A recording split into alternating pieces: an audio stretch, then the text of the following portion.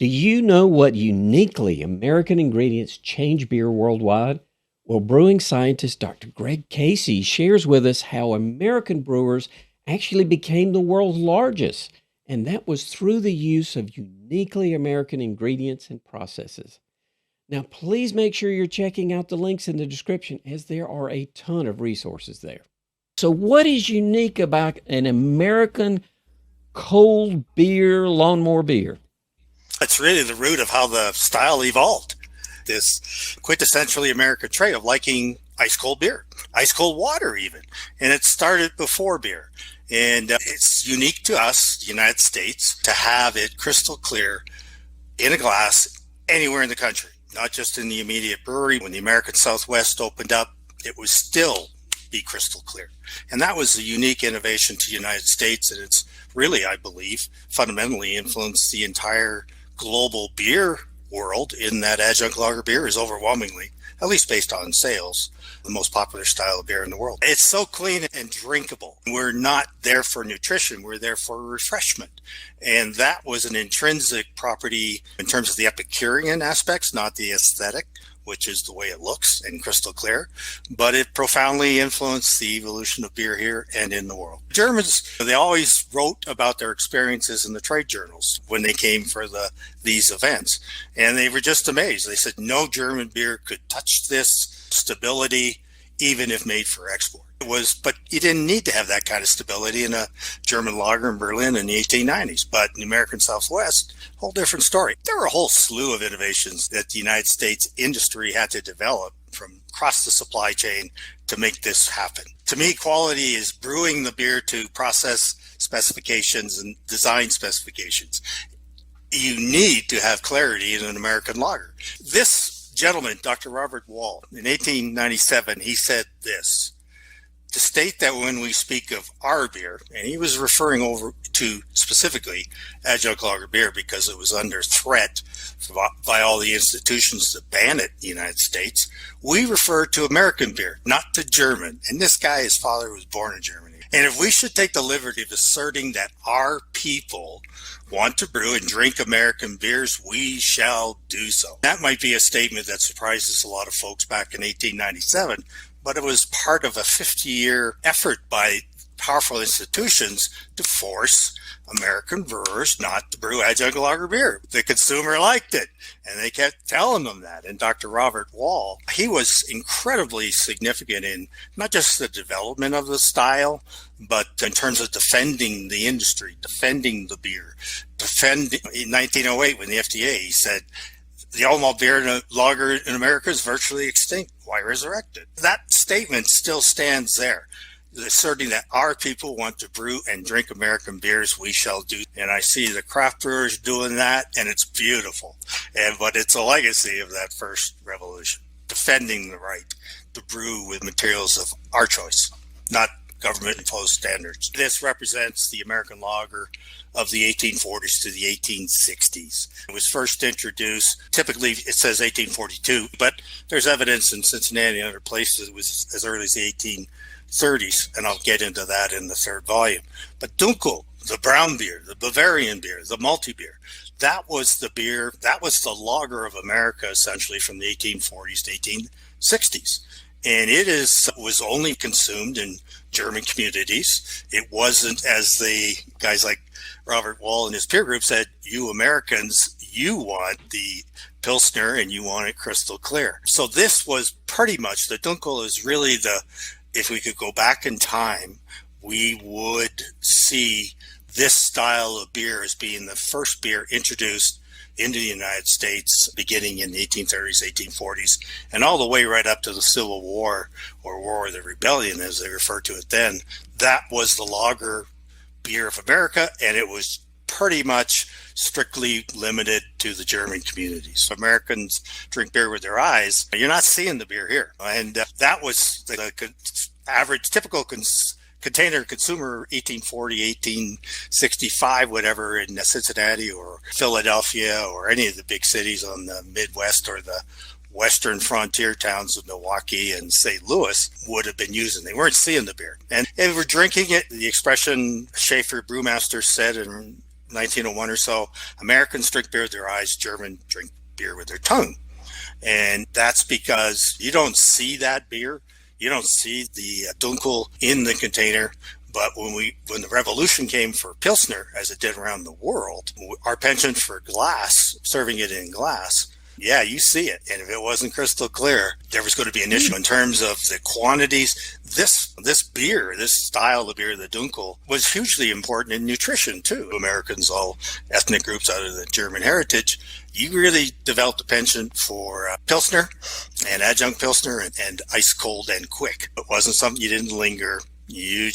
Most of the beer was consumed on premise. Everything was wood. It was still the traditional German, would have been served in wooden kegs. And it was the beer of, let's say 1838 to about 1872. It was the brown beer, the Bavarian beer, the malty beer, the all malt beer. It was all malt, was brewed following the Bavarian tradition for the style. So why is it American beers tend to be kind of neutral, tastes like water? Neutral is being generous, Doug. More often than not, there are frequent references to urine. The joke about an American sent over a sample of beer, Budweiser, whatever, to Germany, and the analysis came back from the German lab, your horse has diabetes. The American light lager is really the manifestation of yeast as the forgotten ingredient. I mean, there's part per million of esters and higher alcohols, things that give it an intrinsic. Sometimes you get that fruity note. That's 150 years of history. FDA was created in 1906, and they went about doing standards for every type of food and beverage. And we needed control of the supply chain from a food safety, as the war with Spain in 1898 demonstrated with a lot of food poisoning. But so he's testifying in front of the Department of Agriculture, Bureau of Chemistry, the origin, if you will, of the FDA department that first had it. And you see the two underlined sections there. He talks about, this is Dr. Wyatt. He was Francis Wyatt. He and Dr. Wall were very well familiar with each other. And he said it should be, see the two lines, aesthetic as well as Epicurean. And now who's he speaking to? Yeah, he's speaking to the people in power, the federal officials that were right around this time, Britain, German Empire, United States. They were all looking at national Reinheitsgebot type laws. Germany didn't pass theirs till January 3rd, 1906 on a national level as a means of funding Americans. They charge more for it, by the way, in the 1870s and a good chunk of the 1880s. It cost more to buy an adjunct Pilsner in the United States, and as it did in Germany in 1850s, 1860s, based on references. So they were actually paying a premium for adjunct beer. Yeah, at least in the 1870s, in terms of the account, it was a seasonal beer, lager, because before refrigeration, lager beer was a seasonal beer, any other, the Bock and other styles. But Pilsner, there were riots in New York City by, not in the German communities, but the saloons of Brooklyn and Manhattan. When you Americans were pissed off, they ran out because it was a beer that came on the market. Yeah, May, June, July. It was a summer beer until artificial refrigeration came in. So, yeah, it's got a fascinating history. It was seasonal, and it was evolving within the general population. That's when they've diminished almost to the point of extinction by design. Malt-driven attributes and hop-driven attributes. They're not designed to deliver those sensory experiences. And that's the beauty of beer, right? There's so many styles, even lager in Germany, the all malt.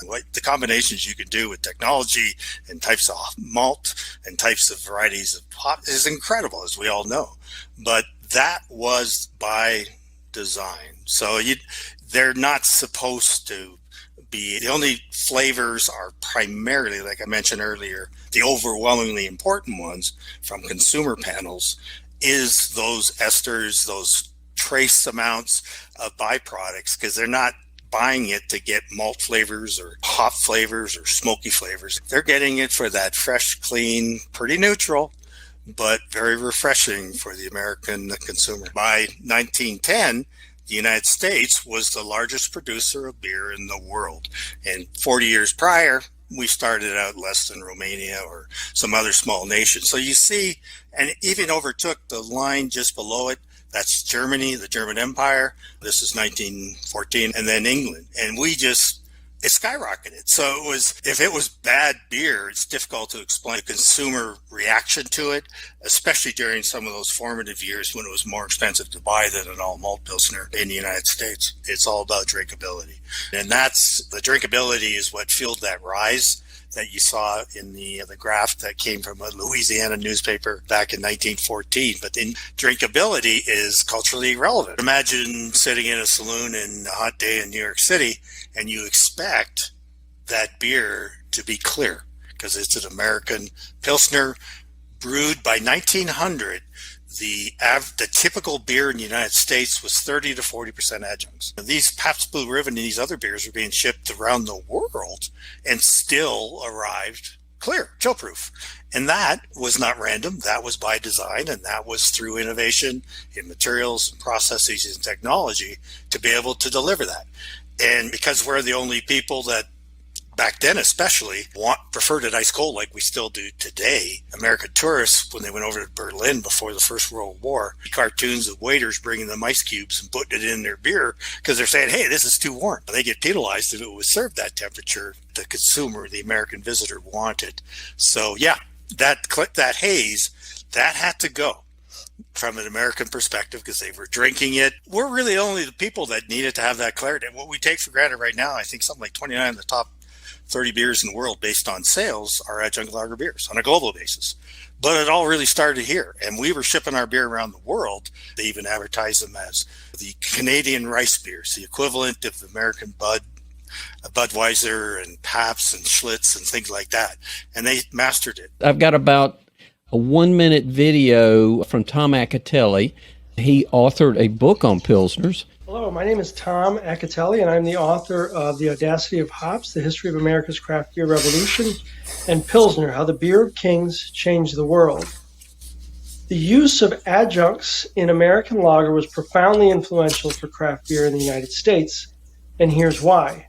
The use of adjuncts helped spur on the development of some of the most popular beer brands in the world, in the U.S. in the 19th century. Without the use of adjuncts to crack the brewing code and develop brands such as Pabst, Miller, and Budweiser, you would not have had the growth in those breweries and brands in the next 100 years.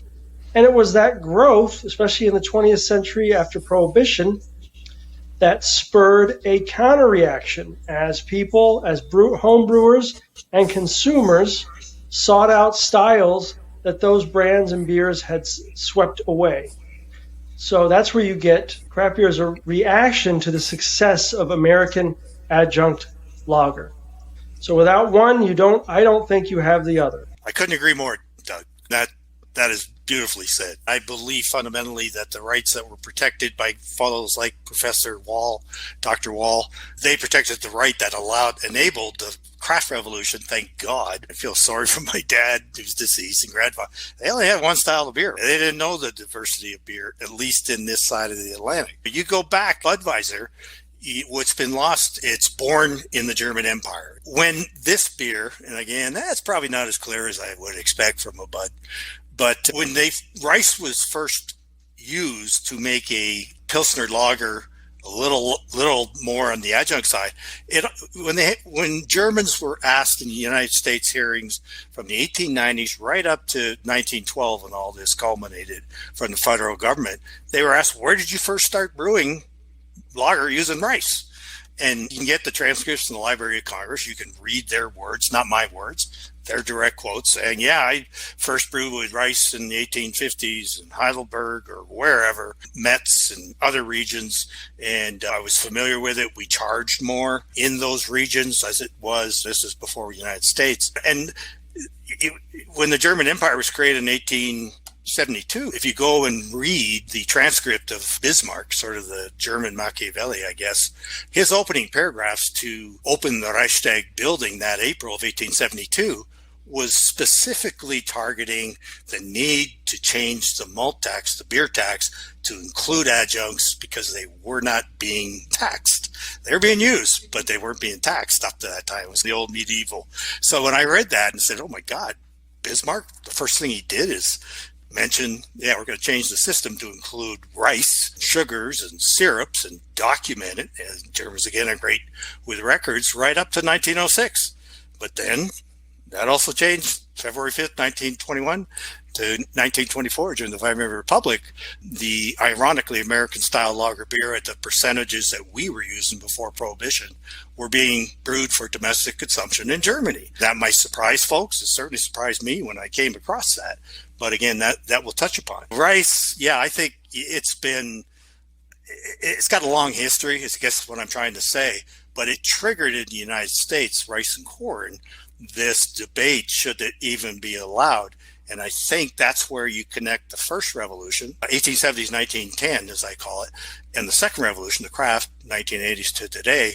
They're connected together from the legacy of the first by protecting the rights, albeit crazy as it sounds that corn and rice could have been controversial, but it was. And that's why I've got 17,000 primary period references accumulated over these last 15 years, probably almost full time, certainly in the last 10 since retiring.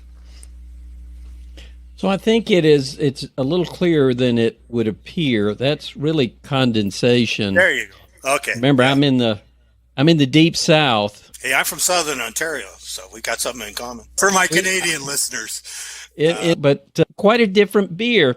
But you could not brew. You literally could not brew exactly the same beer as a Pilsner or Kel with American ingredients. Certainly not in the context of the 1870s, 1880s, 1890s.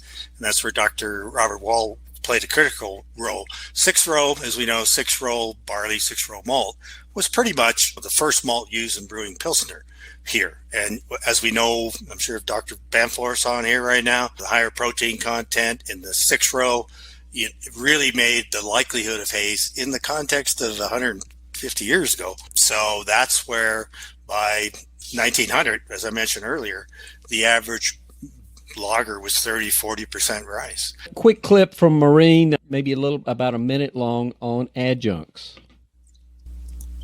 Adjunct lagers are important, and the only reason they're treated as not important is because they were first used in this country, in the United States, by brewing companies that 100 years later became the big bad guys.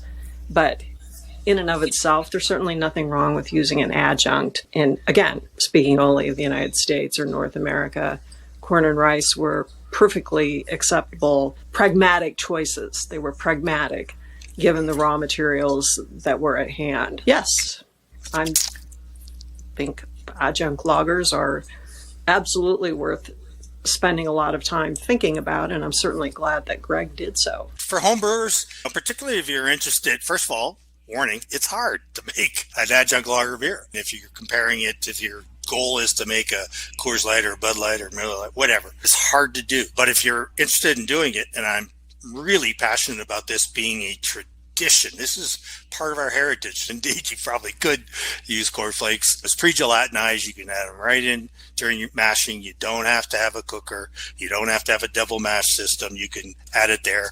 Likewise, the stigma, if you will, of syrups, corn syrups, can be added directly to the kettle. See if you can find something in terms of a pre-gelatinized source. I'm not in any way affiliated with Y Yeast, but I think some of their lager strains, as they advertise them, are the real deal. So because of the importance of yeast, try that. It's all based on cultural preferences. And cold, and even making it colder makes it even less flavorful, right, than it already is if it was warmed up. But cold, that's what sold the refreshment of an adjunct lager. You compare that Dunckel, you're not going to be pounding glass after glass of that after coming in from doing the lawn or anything like that. Likewise, my son's beer, Farmhouse Ales. I don't touch those when I'm coming in and wanting refreshment. So it's all driven the style first here, then globally, and it's an intrinsic in hot climates. So I wouldn't expect, although Europe's kind of getting that way, but I wouldn't expect other nationalities to necessarily relate to that hot environment and the beauty of an ice cold, crystal clear American adjunct lager beer. Not the materials, but how it's made and how it's processed. Now, please make sure you're checking out the links in the description, as there are a ton of resources there.